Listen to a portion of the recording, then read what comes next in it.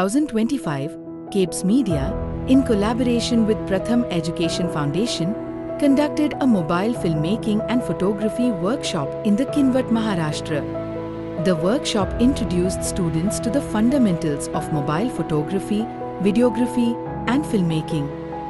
They learned key concepts such as composition, framing, camera angle, lighting, and the basics of visual storytelling, which helped them understand how visual media can be used to communicate ideas effectively. The learning process was hands-on and activity-based.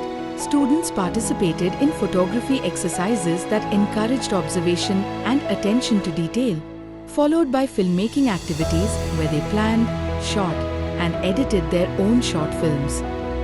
The workshop covered the entire creative process, from story writing to final screening. Beyond technical skills, the workshop focused on building confidence and communication. Presenting their work helped students overcome stage fear, collaborate as a team, and explore creative ways of using technology. These experiences encouraged them to see mobile devices not merely as tools for entertainment, but as meaningful instruments for learning, expression, and skill development. The Kinwat workshop created a space where creativity, learning, and confidence came together, leaving students with new skills and a fresh perspective on the power of storytelling.